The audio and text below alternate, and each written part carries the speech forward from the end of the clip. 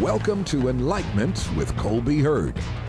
Prepare yourself for some powerful information that will motivate, inspire, and uplift you. And now, your host, Colby Heard. Welcome back to Enlightenment. We're joined with our guest today, Dr. Al Smith. Welcome to the show. Thank you so much, sir. It's a pleasure to have you with us today. And of course, today we are talking about Black history. And so you're a great historian. It's an honor to have you on the show. But before we jump in today, I want you to tell us about yourself. Well, first I'll say the honor is all mine, sir, that you would have me, even that you would have this program. And I also want to compliment Channel 43 for affording you to broadcast it. Thank you. Well, I'm never totally comfortable just talking about myself, but since you asked me to. Absolutely. I am of the generation of Dr. King. We just celebrated his birthday, now national holiday. Yes. He is exactly 2 years older than I, so I'm of that generation. Okay. I was born in 1931. I turned 50 years old this Black History, 80 years old. Okay. This 80 years old this Black History Month. But you look 50, so I appreciate that. We'll take that. So he would have been 82. Okay. I was the second of 6 children born to 2 orphans during the Depression. Okay. So life for me wasn't easy.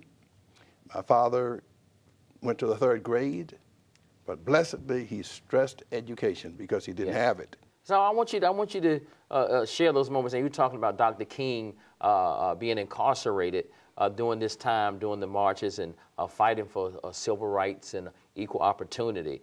Can you reflect back on some of those moments? Because now I do want to say this before we continue. I took a trip to Atlanta, and I would encourage all of our viewers, I would encourage you to take your entire family to Atlanta.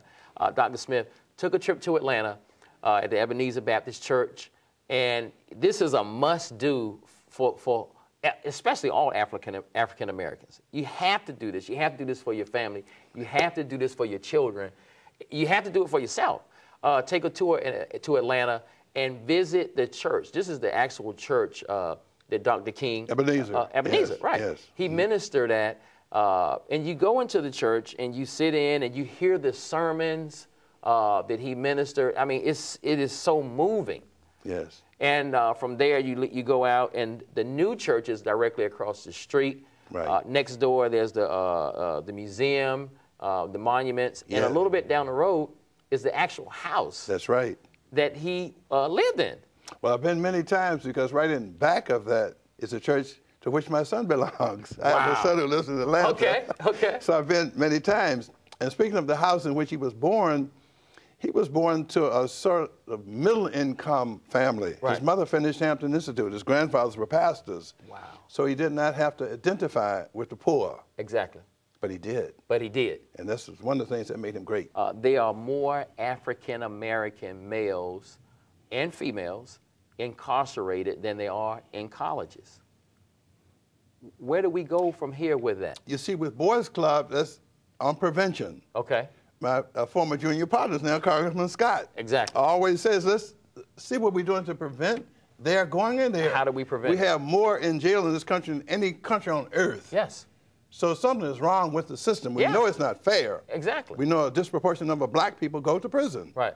But you need to ask again, what are you doing to prevent this? What are we doing? But Dr. Smith, let me ask you this. If there's no recreation facility in the poverty areas and the summer months come, where do our young people go? What do they do? Precisely. They need a place to go, somewhere to go, and somewhere to grow. We have a few more minutes left on the show today, and before we go, my final question to you would be, if Dr. King were alive today, what do you think his words would be? Would he be pleased with where we are? Would he be upset with our young people? What do you think if he were alive today? What do you think? I'm an eternal optimist, and I like to think that he would be pleased with much of what we do. Okay. But I think he would be disenchanted with many of the other things we do. Okay. For example, the wars that we are engaged in right now. Okay. His criticism of the Vietnam War, cost him his life probably, contributed heavily to it. Mm-hmm. But I think all in all, with President Obama in the White House, okay, and with things happening around us at so positive, I think he would concentrate on that positive aspect of our advancement and not on the several negatives that he could. Okay. Dr. Smith, I want to thank you again thank you for having me so being much, here sir. with us, Black History Month, of course, and sharing with us and being with us on today. Of course, we're going to bring you back I appreciate that. on the show because there's so much more that's inside of you that I want to pull out, thank you, of sir. course, and share with our viewers. And, of course, we want to thank you for being with us on today. Thank you for tuning in, and we'll be back with you on next week. This has been Enlightenment with Colby Heard.